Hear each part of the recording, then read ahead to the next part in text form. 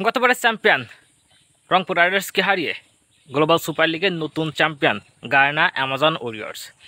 দারুণ খেলেছে, প্রথমে আগে ব্যাট করে অ্যামাজন ওরিয়র্স দারুণ খেলেছে, 197 রানের টার্গেট ছুড়ে দিয়েছে রংপুরের বিপক্ষে। এরপর রংপুর রাইডার্স যেভাবে শুরু করেছে আসলে দেখে মনে হচ্ছিল না যে রংপুর আসলেই সত্যিই তারা জিততে চায়, তারা 197 রান শেষ করতে চায়।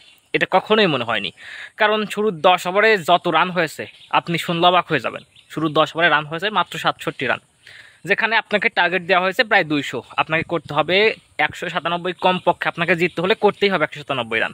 সেখানে আপনি শুরুর 10 ওভারে করতে পেরেছেন কেবলমাত্র 67 রান। এটা কি জেতার ইঙ্গিত দেয়? কখনোই না। আপনি যখন 10 ওভারে 20 ওভারের খেলায় 10 ওভারে 197 রানের টার্গেটে আপনি যখন 10 ওভারে মাত্র 67 রান করেন, তখন আসলে দেখে মনে হয় না যা আসলে আপনারা জিততে চান। আপনাদের জেতার কোনো ইচ্ছাই ছিল না।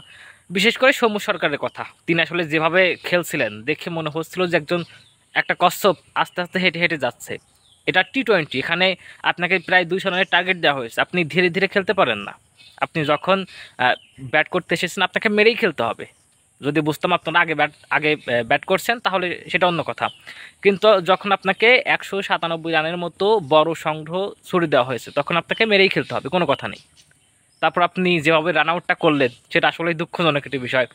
তারপরে আরেকটি বিষয়, খালেদ আহমেদ পুরো টুর্নামেন্ট জুড়েই দুর্দান্ত ছিলেন খালেদ আহমেদ, কিন্তু এই ম্যাচের শেষ ওভারে যেমনটা খরুচে ছিলেন আসলে একটু বেশি রান দিয়ে ফেলেছেন, যেটা আসলে রংপুর কোনোভাবেই ম্যানেজমেন্ট করতে পারছে না।